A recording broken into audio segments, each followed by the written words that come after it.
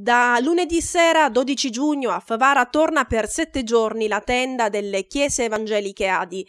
La comunità evangelica di Via Miraglia, traversa di Corso Vittorio Veneto, anche quest'anno ha deciso di installare la tensostruttura in zona Itria, in via Rosario di Salvo, via subito dietro il distributore Eni di Viale Pietro Nenni.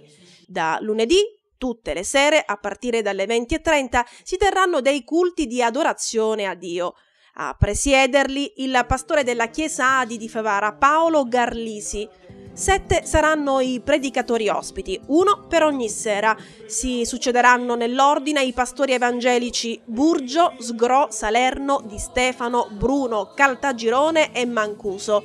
Fino a domani sera, domenica, la tenda evangelica sarà installata ad Agrigento. Quindi da dopodomani sarà a Favara per una settimana, poi dal 19 giugno andrà a Palma di Montechiaro.